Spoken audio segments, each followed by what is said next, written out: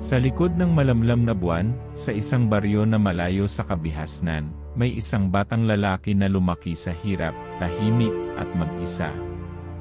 Si Kiko, ang anak ng isang simpleng magsasaka, ay palaging nakatanaw sa malalayong bundok, tila may hinahanap na hindi niya kayang ipaliwanag.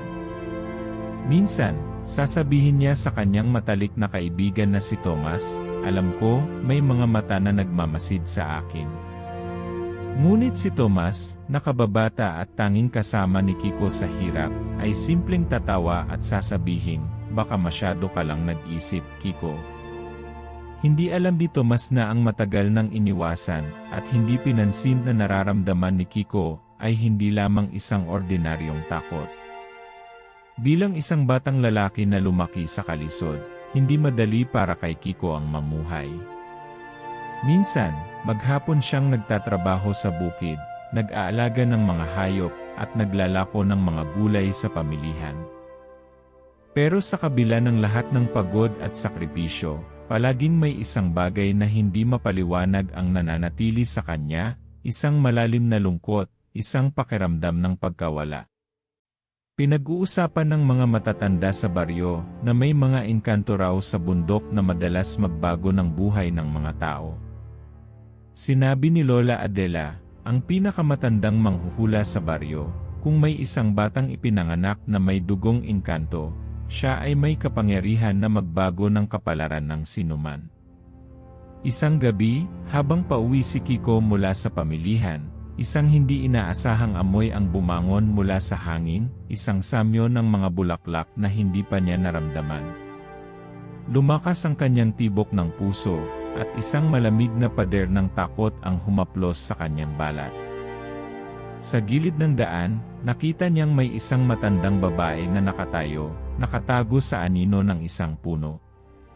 "Kiko, anak ng pinakamayamang engkanto, ikaw na ang hinahanap." Ang tinig ng matanda ay parang nagmumula sa ilalim ng lupa. Nagulat si Kiko, at hindi alam kung paano haharapin ang matandang babaeng iyon. Dali-dali siyang bumalik sa bahay, ngunit may isang tanong na naglalaro sa kanyang isipan, ano ang ibig sabihin ng matanda? At bakit siya tinawag na anak ng pinakamayamang engkanto? Hindi nakaligtas sa kanyang mga mata ang kakaibang bagay na nakita niya sa kanyang pagbalik sa bahay, ang anyo ng kanyang ina, na may matalim na mata at mga palasong hawig sa isang nilalang na hindi siya dapat matakot. Ngunit tila kilala siya sa dilim ng kanyang nakaraan. "Bakit ka umalis, Kiko?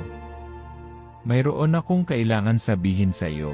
Ang tinig ng ina ay tila may tinatagong lihim, isang lihim na magbabago ng lahat. Habang ang mga araw ay dumadaan, nagiging mas malupit ang buhay ni Kiko. Isang gabi, habang naglalakad siya pauwi mula sa bukid, nakaramdam siya ng kakaibang lamig sa hangin. May naririnig siyang mga kaluskos mula sa mga puno sa gilid ng daan. Hindi siya pwedeng magkamali. May mga mata na nagmamasid sa kanya, isang presensya na hindi niya kayang ipaliwanag. Isang linggo ang lumipas nang magtapat sa kanya si Tomas. "Kiko, may narinig akong kwento tungkol sa iyong ina," ani Tomas na tila may alinlangan sa kanyang mga mata. "Sabi nila, hindi siya basta-basta tao. May lahi siyang hindi karaniwan." Nagulat si Kiko, ngunit mas lalong lumalim ang kanyang pagkalito. "Ano nang ibig mong sabihin, Tomas? Hindi ko alam kung anong pinagsasabi mo. Ito'y kwento ng mga matatanda, Kiko. Ang nanay mo raw ay may kasaysayan na hindi mo alam," sagot ni Tomas. Siya ay anak ng isang engkanto, at may malupit na kapangyarihan. Hindi na nakapagpigil si Kiko. Tumakbo siya pauwi, ngunit sa bawat hakbang ay parang may humahatak sa kanya, pabalik sa dilim ng kanyang nakaraan. Nais niyang makalimot, ngunit ang mga lihim ay hindi mawawala. Nang makarating siya sa bahay, nadatnan niyang nakatayo ang kanyang ina sa may pintuan. Ang mga mata nito ay naglalaman ng isang nakatagong pighati at sakit. "Kiko, anak ko, kailangan mong malaman ang katotohanan. Ang dugo mo, hindi katulad ng sa mga tao. Ang mga salitang ito ng kanyang ina ay parang suntok sa kanyang tiyan. Ikaw ay anak ng isang pinakamayamang engkanto na sumumpa ng isang malupit na sumpa sa ating angkan. Nagkakaba ang dibdib ni Kiko. Ano nang ibig mong sabihin, nanay? Tanong niya, ang boses ay nanginginig sa takot at kalituhan. Bilang isang engkanto, ang aming pamilya ay pinili ng isang Diyos na masama. Hindi kami pwedeng magtago magpakailanman, ang sagot ng ina, ang mga mata nito ay naglalaman ng isang malalim na kalungkutan. Ngunit sa iyong mga kamay, Kiko, ay nakasalalay ang kapalaran ng ating angkan. Bago pa makapagsalita si Kiko, isang malamig na hangin ang dumaan mula sa likuran, at isang misteryosong nilalang ang lumitaw sa harap nila. Isa itong diwata, na may malalaking pakpak na kumikislap sa liwanag ng buwan. Ang diwata ay may matalim na mga mata na parang mga alon ng dagat, at naglalabas ng isang kakaibang enerhiya. Ikaw, Kiko, ay may kapangyarihan na magbago ng kapalaran, ngunit kailangan mong matutunan kung paano gamitin ang iyong lakas, sabi ng diwata. Ang boses nito ay malambing ngunit puno ng otoridad. Ang engkanto na nagpasumpa sa inyong pamilya ay hindi basta-basta. Isa siyang aswang, at siya ang nagdudulot ng mga sakuna sa inyong angkan. Kiko ay natigilan. Aswang. Paano ko malalaman kung paano labanan ang ganitong uri ng halimaw? Tanong niya, ang mga mata ay puno ng takot. Ang diwata ay naglabas ng isang matandang kabibe mula sa kanyang bulsa. Ang kabibing ito, Kiko, ay naglalaman ng mahika na matagal nang nakatago. Tanging ikaw lamang ang makakakontrol nito, ngunit kailangan mo munang malaman ang iyong pinagmulan at matutunan kung paano gamitin ang kapangyarihan na binigay ng iyong dugo. Isang malamlam na ilaw ang nagningning mula sa kabibe. At si Kiko ay nagulat nang makaramdam siya ng isang kakaibang lakas na bumangon mula sa kanyang katawan. Ngunit sa kabila ng nararamdamang lakas, naroroon pa rin ang takot na parang may malupit na bagay na nakatago sa likod ng lahat ng ito. Makikinig ka ba sa iyong tadhana, Kiko? Tanong ng diwata, ang boses ay seryoso. O tatanggihan mo ang iyong kapalaran at magpatuloy sa buhay ng isang ordinaryong tao? Si Kiko ay tahimik, naguguluhan sa lahat ng bagong kaalaman na dumating sa kanya. Hindi niya alam kung tatanggapin ba niya ang tawag ng kanyang dugo, o kung aalisin na lang ito sa kanyang isipan at magpatuloy sa buhay bilang isang simpleng magsasaka. Tulungan mo ako, nanay, ang mahina niyang wika habang tinitingnan ang ina na nakatayo sa may pintuan. Hindi ko kayang gawin ito mag-isa. Ngunit ang ina ni Kiko ay umiwas ng tingin, at ang mga mata nito ay puno ng pagsisisi. Hindi kita matutulungan, Kiko. Ito'y iyong laban. At bago pa siya makapagsalita pa, muling naramdaman ni Kiko ang malamig na hangin. Sa likod ng kagubatan, may isang anino na kumikilos, isang itim na nilalang na naghihintay ng tamang pagkakataon upang umabante at sakupin siya. Sa mga sumunod na araw, isang matinding kalituhan ang bumalot kay Kiko. Bawat araw na lumilipas, mas lalo siyang napapaligiran ng takot at alinlangan. Ang kabibe na ibinigay ng diwata ay nagbigay sa kanya ng kakaibang lakas. Ngunit hindi nito tinanggal ang sakit na matagal nang nakatanim sa kanyang puso. Ang kwento ng kanyang ina, ang mga lihim na matagal nang tinago, ay nagsimula nang magbukas ng mga sugat na hindi niya alam na mayroon pa pala. Ang pakiramdam ng pagkakaligaw at pagiging iniwan ng pamilya, pati na rin ang mga tanong ukol sa kanyang tunay na pinagmulan, ay patuloy na nagpapahirap sa kanya. Ang pinakamabigat na tanong sa kanyang isipan ay ang katotohanan na hindi na siya makakatakas mula sa kanyang tadhana. Hindi niya kayang kalimutan ang mga salitang sinabi ng diwata, ang kapangyarihan mo ay nakasalalay sa iyong dugo. Ngunit, habang binabalikan niya ang mga alaalang magkasama silang tatlo ng kanyang ina, parang hindi pa siya handang tanggapin ang mga saloobin ng isang anak na napagkaitan ng pagmamahal. Ang kasalanan ba ng kanyang ina kung kaya siya ipinanganak na may ganitong uri ng dugo? O ang malasakit sa kanya ng kanyang ama ay natabunan na ng pagkasakim ng kanilang pamilya? Isang gabi, habang si Kiko ay naglalakad pa uwi mula sa bukid, naramdaman niyang may kakaibang paggalaw sa paligid. Ang mga anino sa paligid ng kagubatan ay parang nagsisimulang magbago ng anyo. Ang mga puno na tila nakatingin sa kanya ay nagsimulang magpabalik-balik, at ang hangin na kanina lang ay malamig ay ngayon ay dumadaloy ng magaan. Ngunit sa hindi malamang dahilan, isang pakiramdam ng presensya ang tumapos sa lahat ng tahimik na gabing iyon. Isang anino na lumitaw sa kanyang gilid, ang anino ng isang itim na nilalang na hindi niya matukoy. Anak ng engkanto, ang tinig mula sa dilim ay bumangon sa kanyang tenga, malupit at malamig. Hindi mo ba alam na ikaw ay minarkahan na? Napatalon si Kiko, ang katawan ay naninigas sa takot. Hindi niya matandaan kung kailan nagbago ang lahat, ngunit ang dilim na bumabalot sa kanyang paligid ay tila isang masamang pangitain. Ang mga mata na yon, hindi ang sa kanyang ina, kundi ang sa ibang nilalang, ay nagliliwanag sa kabila ng dilim. Isang aswang, isang nilalang na nabuhay sa mga kwento ng kanyang pagkabata, na ngayon ay nagsisilbing katotohanan sa harap ng kanyang mga mata. Ang tinig na iyon ay nagsimulang magsalita muli. Ang lahat ng mga minarkahan, tulad mo, ay darating upang maging aking alipin. Ang iyong ina, si Amelia, ay hindi na kayang tumakas sa sumpa na ipinasa sa iyong angkan. Sinong aswang ka? Ano nang ibig mong sabihin? Tanong ni Kiko, ang boses ay nanginginig, ngunit hindi pa rin nawala ang tapang na matagal na niyang itinaguyod. Ang pangalan ko ay Diwata Luna, ang sagot ng nilalang sa dilim, at isang ilaw na kasing puti ng buwan ang sumik mula sa kanyang katawan. Mula sa iyong dugo, isang nilalang na darating upang gumising sa masamang kapalaran. Hindi mo kayang takasan ang iyong tadhana, Kiko.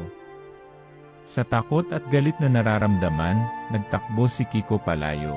Ngunit bago siya makaalis, naramdaman niya ang malupit na lamig ng mga kamay na tila humahaplos sa kanyang katawan. Ang hangin ay nagbabalik, ngunit may kasamang puwersa na nagpapahirap sa kanya. Sa kabila ng sakit at takot, naisip ni Kiko ang isang bagay na tinago niya sa sarili, hindi siya pwedeng magpatuloy sa ganitong buhay. Ang buhay na punong-puno ng kalungkutan at sakit, na ipinanganak siya sa isang lihim na puno ng kasinungalingan at pamahiin. Isang gabi, nagpasya si Kiko na muling makipagkita sa Diwata at humingi ng tulong. Matapos ang ilang araw ng pag-iisip, naglakbay siya patungo sa isang lugar na matagal nang itinatago sa kanya ng kanyang ina, ang isang lihim na kuweba sa kabundukan. Doon, natagpuan niyang muli ang Diwata, na nakatayo sa harap ng isang matandang altar. Sa mga kamay nito, hawak-hawak ang isang lumang mutya, na tila kumikislap sa ilalim ng buwan. Ang mutyang ito, Kiko, ay magsisilbing gabay mo sa laban na iyong haharapin. Ngunit hindi mo pa kaya ang lahat ng kapangyarihan nito. Kailangan mong pagdaanan ang iyong sariling pagsubok upang matutunan kung paano gamitin ito. Nag-aalangan si Kiko, at ang mga alalahanin niya ay nagsimulang bumangon. Hindi ko kayang gawin ito mag-isa. Hindi ko kayang itakwil ang aking pamilya, ang lahat ng mga alaala ng aking pagkabata. Ang takot ay nagiging malupit na hadlang sa iyong kapangyarihan, sagot ng Diwata. Kailangan mong tanggapin ang iyong tadhana, Kiko. Kung hindi, magugulo ang lahat. Habang ang mutya ay unti-unting naglalabas ng liwanag, nagsimula siyang makaramdam ng kakaibang puwersa na dumadaloy sa kanyang katawan. Ngunit bago siya makarating sa buong kabuuan ng kanyang kapangyarihan, isang malupit na sigaw ang pumunit sa gabi. Ang aswang, na nakatago sa dilim, ay muling sumik at sumugod patungo sa kanya, na may kasamang malupit na hangin at kalungkutan. Bumalik si Kiko sa kanyang bahay matapos ang nakakatakot na encounter sa diwata. Ang mga tinig na bumulong sa kanyang tainga ay hindi mawala, at ang mga imahe ng aswang na nagmamasid sa kanya ay patuloy na nagpapalakas ng takot sa kanyang puso. Sinubukan niyang magpatahimik, ngunit bawat hakbang na siya'y mag-isa sa dilim ng gabi ay may pakiramdam ng isang masamang presensya na sumusunod sa kanya, nagmamasid at naghihintay ng tamang pagkakataon. Matapos ang ilang araw ng matinding pag-iisip, muling nag-usap sina Kiko at Tomas. Tinawag ni Kiko ang kanyang matalik na kaibigan upang magtulungan, kahit na sa kabila ng takot at alalahanin, hindi niya kayang harapin ang lahat ng ito mag-isa. "Pare, kailangan mo akong tulungan. Hindi ko kayang labanan ang lahat ng ito mag-isa," sabi ni Kiko kay Tomas, ang boses ay may halong kaba at pangungulila. "Mayroong masamang nilalang na humahabol sa atin, at hindi ko alam kung paano ito tatapusin." Tomas, na dati kalmado at puno ng pananampalataya, ay nag-alinlangan. "Kiko, paano tayo lalaban? Wala naman tayong lakas laban sa ganitong uri ng kalaban. At ikaw mismo ay may bigat na daladala sa iyong puso. Hindi mo ba nararamdaman na parang may mas malalim pang dahilan kung bakit ka tinatawag sa laban na ito?" Nais ni Kiko na umiling, ngunit alam niyang may punto si Tomas. Ang mga lihim na ipinagkait sa kanya, ang sakit ng pagkatalo sa mga mahal sa buhay, ang takot na muling mawalan, ay nagbabalik sa kanyang isipan. Hindi niya alam kung makakaya pa niyang magsimula muli. Lalo na kapag ang kanyang mismong dugo ay naging bahagi ng isang sumpa na kay tagal nang nakatago sa dilim. Hindi niya kayang tanggapin ang ideya na siya na ang tadhana ng kanyang pamilya. Ngunit, natutunan niyang hindi ito tungkol sa kung ano ang nararamdaman niyang tama o mali. Ito'y tungkol sa kung anong kailangan niyang gawin upang maitaguyod ang buhay na nais niyang ipaglaban. Ang di mabilang na alaala ng kanyang ina, at ang mga paalala ng diwata na nagsasabing siya lamang ang makakapagwakas ng lahat ng ito, ay patuloy na umuukit ng matinding takot sa kanya. "Magsanay tayo," ang wika ni Tomas nang makita niyang puno pa rin ng pag-aalinlangan si Kiko. "Hindi mo kayang labanan ito nang walang paghahanda. Kaya magsimula tayo. Kung hindi mo ito kakayanin, hindi mo malalaman kung ano ang kaya mong gawin." Ang bawat gabing sumunod ay isang pagsubok. Habang nagsasanay si Kiko ng mga hakbang na itinuro ng diwata, may mga gabing hindi siya makatulog, punong-puno ng mga pananabik na tila hindi kayang ilabas ng kanyang katawan. Ang kabibe, na naging simbolo ng kanyang bagong kapangyarihan, ay nagbigay ng lakas sa tuwing ginagamit ito. Ngunit sa bawat pagsubok, may nararamdaman siyang kakaibang presensya sa dilim, isang bagay na patuloy na naghihintay ng pagkakataon upang sumik at magtagumpay. Isa sa mga gabing iyon, habang si Kiko ay nag-iisa sa bukirin upang mag-ensayo, isang malupit na anino ang dumaan sa harap niya. Sa simula, iniisip niyang siya lamang ang nakakita, ngunit ang malamig na hangin at mga kaluskos ng mga puno sa paligid ay tila nagsasabi ng ibang kwento. Ang mga mata niya ay naglakbay sa bawat sulok ng paligid, at naramdaman niyang may sumusunod sa kanya. Hindi nagtagal, narinig niya ang isang hindi maipaliwanag na tinig mula sa malayo. "Ang iyong kahinaan ay nakikita ko, Kiko. Hindi mo kayang takasan ang tadhana mong ipinanganak." Ang tinig ng aswang ay bumulong mula sa dilim. Hindi nakapagsalita si Kiko. Natigilan siya, at biglang dumating ang isang malamig na hangin na pumalit sa lahat ng mga tunog sa paligid.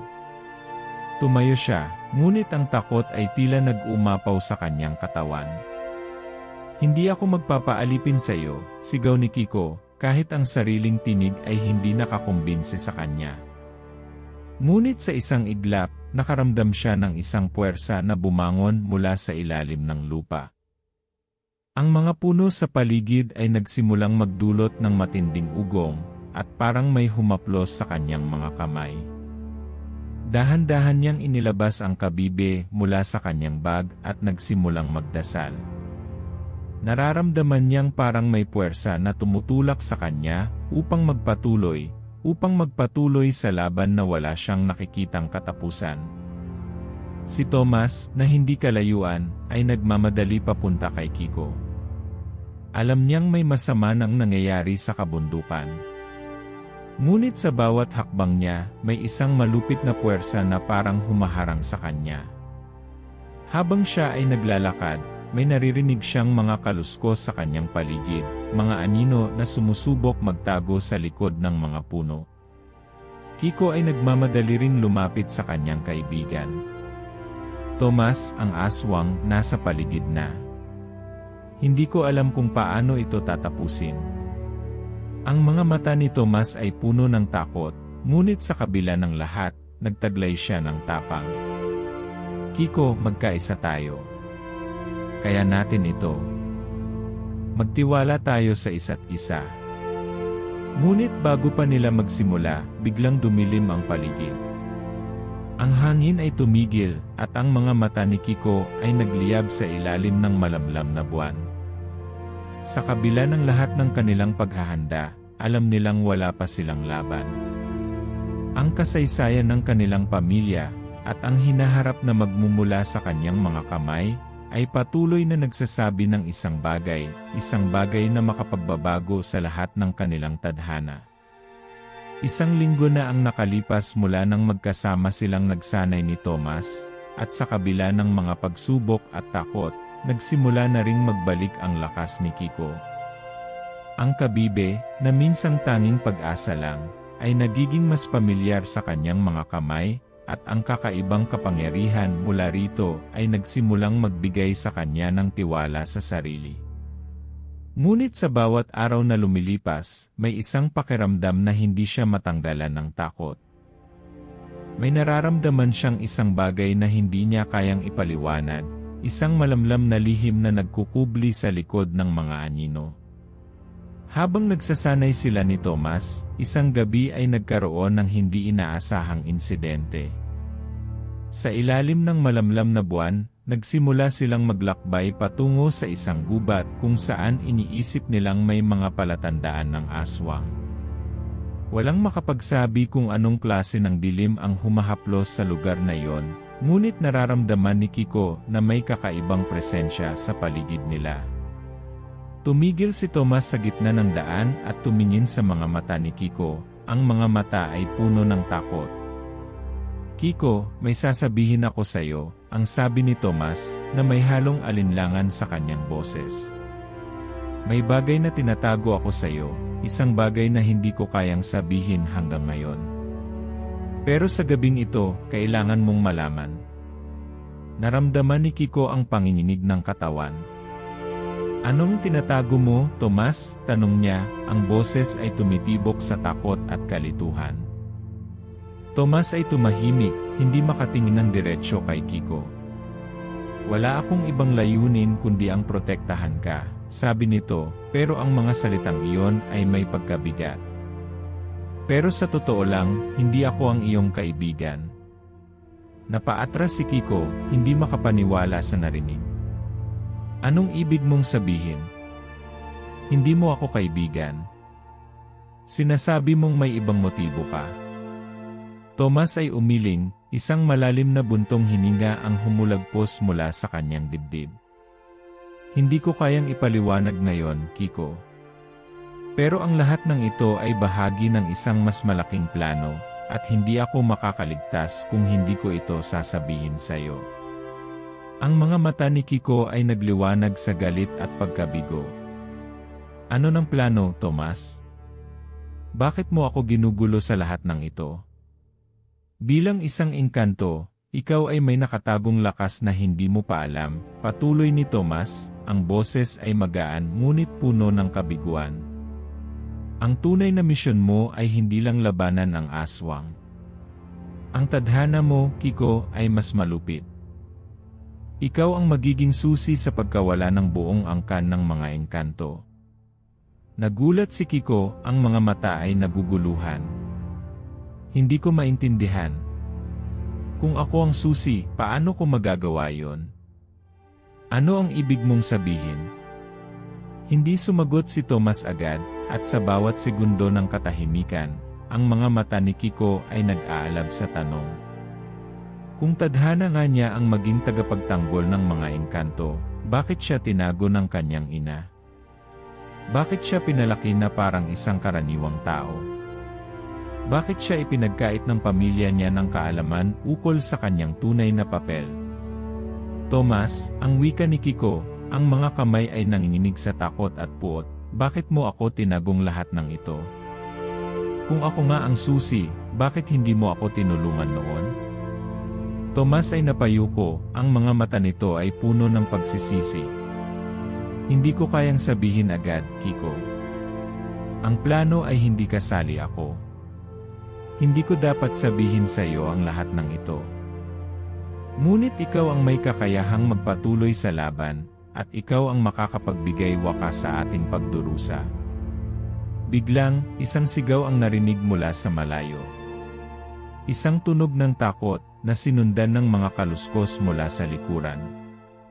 Tumalikod sila ni Tomas at tumingin sa madilim na kabubatan. Sa ilalim ng mga puno, may isang anyo na unti-unting lumitaw, isang itim na nilalang na may mga mata na kumikislap sa dilim.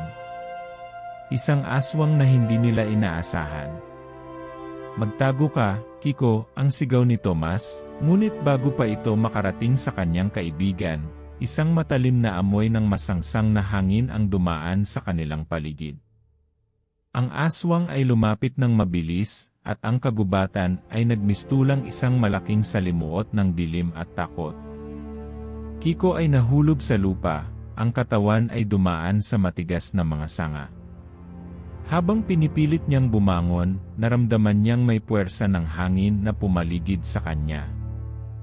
Mabilis niyang tiningnan si Tomas at nakita niyang may isang anino na pumapalibot sa katawan nito. Ang aswang ay may kontrol na sa kanya. Ang kabibe na hawak ni Kiko ay nagsimulang magbigay ng liwanag, ngunit parang hindi ito sapat upang mapigilan ang puwersa ng dilim na nagmumula sa paligid. Ang mga mata ni Tomas ay tila wala ng buhay, at ang dilim ng kagubatan ay tumakip sa buong lugar. Habang tinatangay ng takot si Kiko, may isang malalim na boses na muling sumabog mula sa dilim. Hindi mo kayang takasan, Kiko, ang sabi ng aswang. Ang tadhana mo ay nakatali sa isang masamang puwersa, at hindi mo kayang baguhin ito. May lihim ka pa, Tomas, ang sigaw ni Kiko, ngunit bago siya makapagsalita pa, ang dilim ay lumusob, at ang aswang ay nagdulot ng isang puwersang hindi niya kayang ipaliwanag. Dahil sa kabigatan ng sitwasyon, si Kiko ay nahulog sa lupa. Ang kanyang katawan ay nanginginig sa takot at panghihina. Hindi siya sigurado kung kaya pa niyang lumaban. Ang aswang ay tila isang nilalang na hindi kayang labanan ng sinuman, at si Tomas na dati niyang kaibigan ay ngayon ay parang alipin na ng madilim na puwersa. Ang kabibi sa kanyang kamay ay kumikislap, ngunit ang liwanag nito ay hindi sapat upang itaboy ang dilim na bumabalot sa kanilang paligid.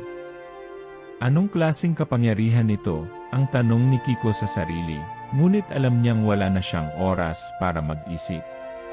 Kailangan niyang kumilos, at kailangan niyang labanan ang kalaban sa kabila ng takot na kumakapit sa kanyang puso.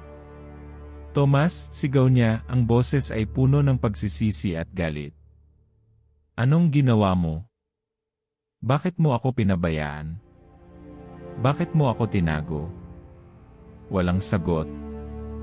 Si Tomas, na ngayon ay tila isang hindi na tao, ay nakatayo sa harap ng aswang. Ang mga mata ay malalim na puno ng kadiliman.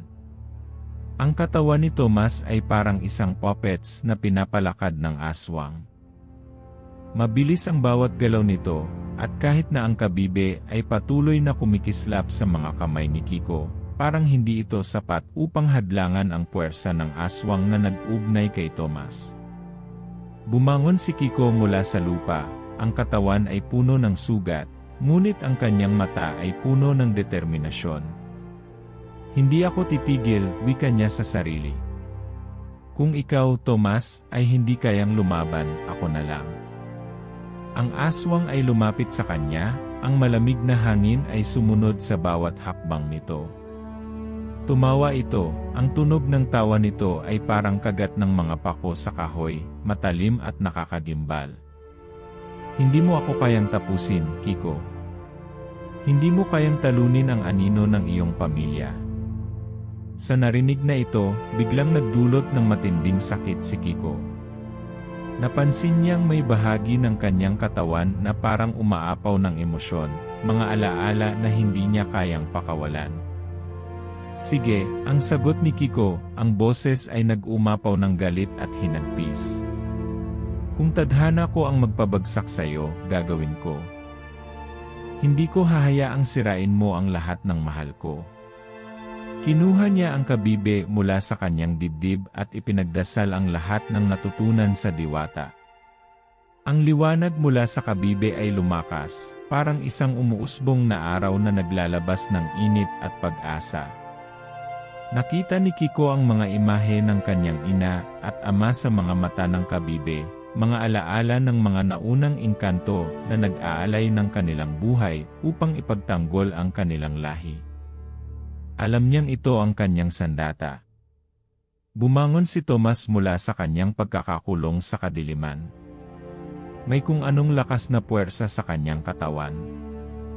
Ngunit ang kanyang mga mata ay hindi pa rin buo. Ang mga mata ni Tomas ay may kalungkutan at pagsisisi. Kiko, hindi ko kayang labanan ito, sabi niya, ang kanyang tinig ay may kasamang luha. Mahal kita bilang isang kapatid, pero ang sumpang ito ay hindi ko kayang takasan. Hindi na makapaghintay pa si Kiko. Inilabas niya ang buong lakas mula sa kabibe at itinapat ito sa aswang. Ang liwanag mula sa kabibe ay naging isang matinding alon na tumama sa dilim at nagbigay daan upang buksan ang isang bitak sa mga nakatagong lihim ng kaharian ng aswang. Ang aswang ay napaatras sa lakas ng liwanag, ngunit hindi pa ito tumigil. Sa kabila ng lahat ng pagsusumikap ni Kiko, naramdaman niyang may isang bagay na nawawala. Si Tomas ay nagsimulang maglakad palapit kay Kiko. Kiko, wag mong gawin ito, ang huling salita ng kanyang kaibigan. Ngunit bago pa siya makalapit, isang matalim na tinig ang muling umabot mula sa dilim, isang boses na hindi galing kay Tomas, kundi mula sa isang mas matinding kalaban. Ang aswang ay nagbukas ng malaking bibig, at mula sa loob ng mga labi nito ay lumabas ang isang ulap ng aswang, isang matinding puwersa ng dilim na sumakal sa kanilang paligid. Walang makapagsabi kung anong puwersa ang umabot sa katawan ni Kiko, ngunit ang sakit na naramdaman niya ay tila isang landas na walang katapusan. Naramdaman ni Kiko na parang may isang puwersa na humawak sa kanyang kaluluwa, isang uri ng panginginig na nagmumula sa kanyang katawan at umaabot hanggang sa kanyang mga kamay. Ang kabibe ay tila bumagsak mula sa kanyang mga kamay, ngunit ang liwanag nito ay hindi nawawala. Sa kabila ng takot at kawalan ng pag-asa, nakita ni Kiko ang liwanag ng kanyang pamilya, ang kanilang mga espiritu, na nagbigay gabay sa kanya upang magpatuloy. Anak, ang tinig ng kanyang ina ay dumaan sa kanyang isipan. Ito ang oras. Lumaban ka. Magtiwala ka sa iyong lakas. Ang mga huling salitang iyon ay nagbigay lakas kay Kiko. Ang puwersa ng dilim ay hindi na kayang kontrolin siya. Ang liwanag mula sa kabibe ay naging isang pagkatalo sa mga dilim na umaatake sa kanya. Nang magsimula siyang tumayo at sumugod muli, naramdaman niyang may bagong lakas na dumaloy sa kanyang katawan. Hindi siya titigil hanggat hindi niya natatapos ang laban. Ngunit bago siya tuluyang magpatuloy, ang katawan ni Tomas ay muling bumulusok sa ilalim ng isang malupit na puwersa ng dilim. Si Tomas, na hindi na kayang labanan ang mga anino, ay naglaho sa isang kisap mata. Sa huli, ang aswang ay nagbitiw ng isang huling ngiti, lahat ng inyong sakripisyo ay magiging wala. Pagkatapos ng lahat ng ito, ikaw, Kiko, ay magiging parte ng aming madilim na puwersa. Tuloy ang laban, ngunit alam ni Kiko na hindi pa tapos ang lahat. Ang tunay na pagsubok ay nasa huling sandali. Ang bawat hakbang ni Kiko ay parang pagbabalik loob sa isang matagal na nakatagong katotohanan. Habang siya ay patuloy na lumalaban sa dilim na sumasakal sa kanya, naramdaman niyang may isang mabigat na presyon sa kanyang dibdib. Ang kabibe, na patuloy na kumikislap, ay nagbigay sa kanya ng lakas, ngunit alam niyang hindi sapat ito upang tapusin ang lahat ng nangyayari. Si Tomas, na dating kapatid na turing sa kanya, ay nawawala na sa kanyang paningin, ngunit ang kanyang alaala ay nagsisilbing gabay sa kabila ng lahat ng takot at panghihina. Ang aswang ay sumugod muli, at ang bawat galaw ng dilim ay tila may isang layuning sirain siya. Ngunit sa kabila ng mga pagsubok, may isang bagay na nagbigay liwanag kay Kiko, isang bagay na hindi niya inaasahan. Hindi ang lakas ng kabibe, hindi ang liwanag ng kanyang puwersa, kundi ang kabutihang ipinaglalaban niya. Ang alalahanin ni Kiko sa mga naiwang alaala ng kanyang pamilya, ang pagmamahal ng kanyang ina at ama, ay nagbigay ng lakas sa kanya upang patuloy na lumaban. Hindi siya pwedeng sumuko. Hindi siya pwedeng magpatalo. Sa bawat hakbang ng aswang, unti-unting napapalitan ang dilim ng liwanag. Hindi ito isang simpleng labanan, kundi isang laban para sa katarungan, para sa mga alaala, at para sa pamilya.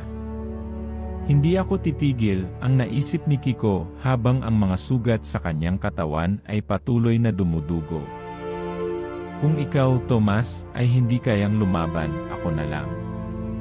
Ngunit habang patuloy na sumusuong si Kiko sa dilim, isang matinding pagsabog ng enerhiya ang gumulantang sa kanya. Isang huling pagtatangka ng aswang na sirain siya, at isang malupit na sigaw mula kay Tomas ang tumama sa kanyang pandinig.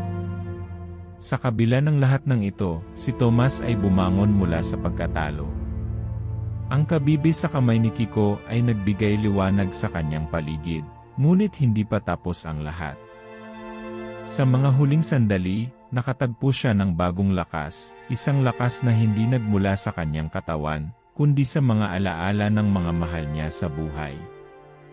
Ang mga alaala na matagal na niyang itinago, ang mga alaala ng kanyang ina at ama, ng kanyang pamilya, ay nagbigay gabay sa kanya. Sa isang matinding pagsabog ng liwanag, ang kabibe ni Kiko ay pumutok at ang mga alon ng liwanag ay sumabog sa paligid. Ang aswang ay napaatras, at ang dilim na pinapalakas ng kalaban ay naglaho. Tila isang ulap ng sigla ang dumaan sa lugar na iyon. Ang aswang, na may matinding kapangyarihan, ay napaluhod sa harap ni Kiko. Ang kanyang galit ay naglaho, at sa huli, ang aswang ay naging abo sa hangin. Hindi pa natapos ang lahat, subalit natutunan ni Kiko na sa bawat sakripisyo, may halaga. Ang pagkatalo ng kalaban ay hindi nagbigay ng buo at kumpletong kasiyahan. Si Tomas ay nawala, at ang kanyang sakripisyo ay mananatiling bahagi ng madilim na kasaysayan. Ngunit sa kabila ng lahat ng iyon, natutunan ni Kiko na ang tunay na lakas ay hindi nanggagaling sa mga pangarap na tinupad o mga laban na nanalo, kundi mula sa mga aral ng mga mahal sa buhay at sa kanilang mga alaala na patuloy na nagbibigay ng liwanag, kahit sa pinakamadilim na sandali. Habang nagsisimula siyang maglakad palayo, ang mga ulap ay nagsimulang magbukas. Ang liwanag mula sa araw ay muling sumik, at ang mga mata ni Kiko ay puno ng pag-asa. Hindi niya alam kung ano ang hinaharap, ngunit natutunan niyang magtiwala sa sarili, at higit sa lahat, magtiwala sa mga alaala ng pamilya at pag-ibig. Ang gabay na tinanggap niya mula sa kanyang nakaraan ay magpapaalala sa kanya na sa bawat laban, may silbi ang bawat sakripisyo. Sa mga huling sandali, tumingin siya sa langit, at ang mga mata niya ay kumikislap sa pag-asa. Ang kadiliman ay hindi magtatagal, ang iniisip ni Kiko. Sa bawat pagtatapos ng gabi, muling sisikat ang araw. Isang huling tanaw, at ang mga salitang iyon ay tumatak sa kanyang isipan. Ang tunay na lakas ay hindi nakikita sa mga kamay na humahawak ng armas, kundi sa mga puso na patuloy na lumalaban, kahit ang mundo ay puno ng dilim.